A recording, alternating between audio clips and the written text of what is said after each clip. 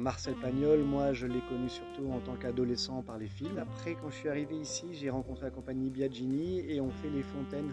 D'ailleurs, c'est vrai qu'on a de l'extérieur peut-être une fausse image de Pagnol parce qu'on a l'impression que c'est quelque chose qu'on appelle les pagnolades, que c'est forcément un humour plutôt assez lourd, avec un côté régionaliste. Et quand on aborde l'œuvre et qu'on la lit vraiment, on voit que c'est très mélangé par rapport au drame et à l'humour et qu'il y a un savant dosage de tout ça.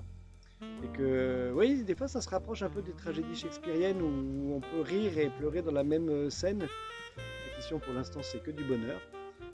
Les acteurs avec qui je joue, ben, je ne les connaissais pas. Et en quelques jours déjà, on aurait dit une grande famille. Donc, je pense que c'est l'esprit marseillais aussi.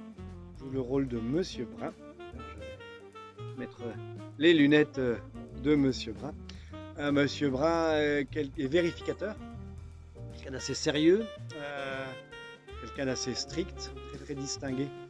Et en même temps, il est fasciné par tout ce petit monde de Marseille et de leur joie de vivre, de leur excentricité.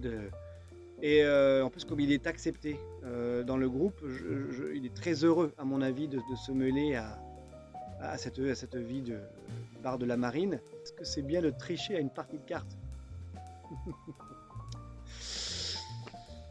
Dans la pièce, c'est plutôt agréable de tricher. Après, quand on est père de famille, on apprend à son enfant à pas tricher, forcément. Alors, ce qui est vraiment intéressant par rapport au personnage de Monsieur Brun, c'est qu'il incarne un peu la différence.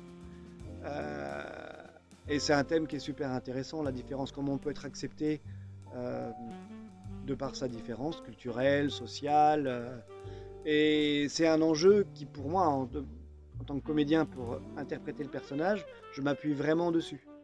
Et ce qui est assez simple, c'est que je suis le seul dans la pièce à ne pas être marseillais. Ces différences-là, elles sont superbes aussi. C'est-à-dire qu'il faut les conserver, il faut les défendre même. Et c'est très beau, la différence.